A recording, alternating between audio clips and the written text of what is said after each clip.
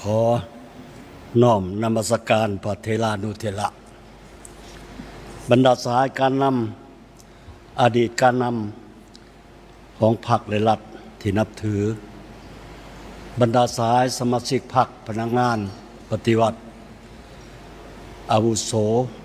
ในทั่วประเทศบรรดาทูตอนุทูตต่างหน้าองค์การจัดตั้งสากลแขกที่มีเกียรติพี่น้องร่วมทราบ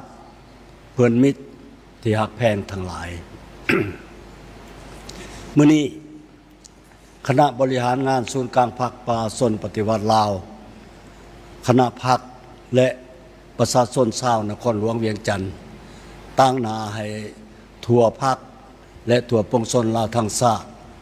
ได้ร่วมกันจัดพิธีโฮมชุมนุมใหญ่ระดับชาติขึ้นที่นครหลวงเวียงจันทน์มาหัวใจของปวงชนลาวทั้งชาติพร้อมกับบรรดาแขวงในทั่วประเทศพร้อมกันในเวลาเดียวนี้เพื่อเฉลิมฉลอง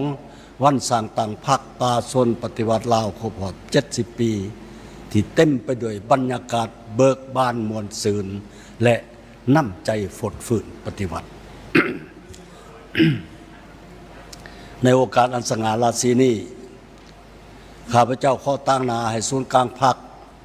สภาแห่งชาติรัฐบาลและศูนย์กลางแนวเล่าสางชาติขอทรงความเยี่ยมยามถามข่าวอันอบอุ่นความสมัคคีหักแพงอันสนิทสนมและคำอวยพรใส่อันประเสริฐ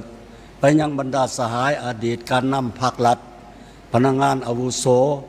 วีรชนแห่งชาตินักรบแข่งขันในทั่วประเทศสมาชิกพรรคพนักงานทหารตำรวจประชาชนลาวบรรดาเผ่าและพี่น้องเชื้อสายลาวที่อาศัยอยู่ต่างประเทศจงมีสุขภาพเข้มแข็งมีความผาสุกและประสบผลสำเร็จในการปฏิบัติหน้าที่เวียงงานและการดำเนินชีวิตของตนทุกคนมาณโอกาสนี้ด้วย